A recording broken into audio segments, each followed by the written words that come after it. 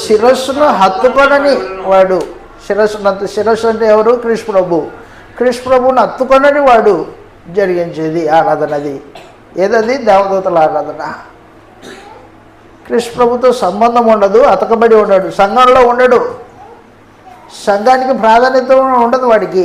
అయినప్పటికీ శరీర సంబంధమైన మనస్సు, ఆ మనస్సుతో ఊరకే ఉప్పొంగుచూ ఉంటాడు.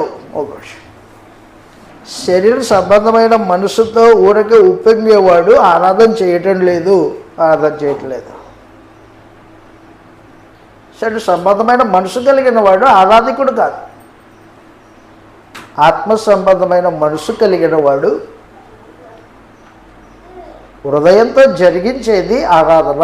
ఆరాధన శరీరాన్ని ఆస్పదం చేసుకునేవాడు, ఆధారం చేసుకొని కార్యక్రమాలు జరిగించేవాడు ఆరాధికుడు కాదు, ఆరాధికుడు కాదు. కాబట్టి ఈ రోజున మనుషులు అనేక మంది ఆరాధన చేయట్లేదా? జరగట్లేదు లోకంలో. మీరు చూడట్లేదా? ఆరాధనలు జరుగుతున్నాయి. మొదటి ఆరాధన, రెండవ ఆరాధన, నాలుగో ఆరాధన, ఇలాగ ఆరాధనలు జరుగుతున్నాయి.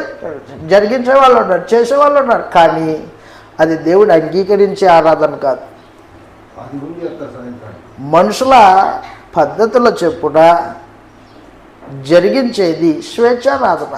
వాడి ఇష్టం చేస్తాడంతే. యేసుప్రభు ఆరాధన చేస్తాం మేము అంటాడు, బైబిల్లో లేకపోయినా చేస్తాడు. చెయ్యి, నీ చావు నువ్వు చావు, నీ చావు నువ్వు చావు. యేసుప్రభు కాకపోతే ఎవరికైనా చేసుకో. స్వేచ్ఛారాధన. దేవుడు అంగీకరిస్తున్నాడా అని చూడవు కదా నీవు. దేవుడు ఆజ్ఞాపించాడా, ఆదేశించాడా అని చూడవు కదా. చేసుకో, నీ ఇష్టం, నీ ఇష్టం.